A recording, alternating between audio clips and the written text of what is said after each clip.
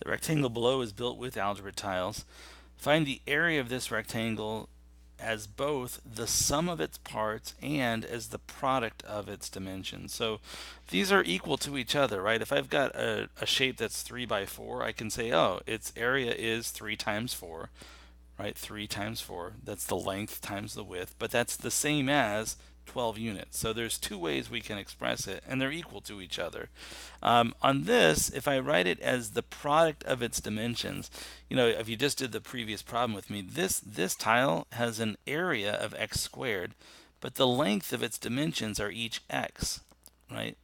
So yes, its area is x squared because when I multiply x times x, I get x squared.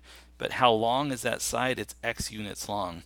And then these are each 1 unit long. So if I look at this top dimension, it is x plus 3. That's how long that is. And I could call that one the length.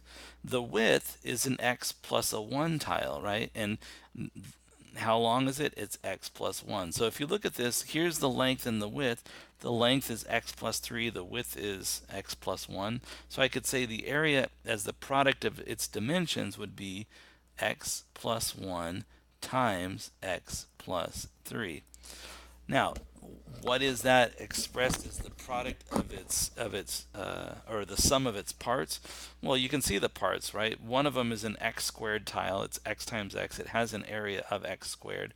These each have an area of x, and you can see there are 4 of those. And I've got 1, 2, 3 unit tiles. So the area expressed as the sum of its parts is x squared plus 3x.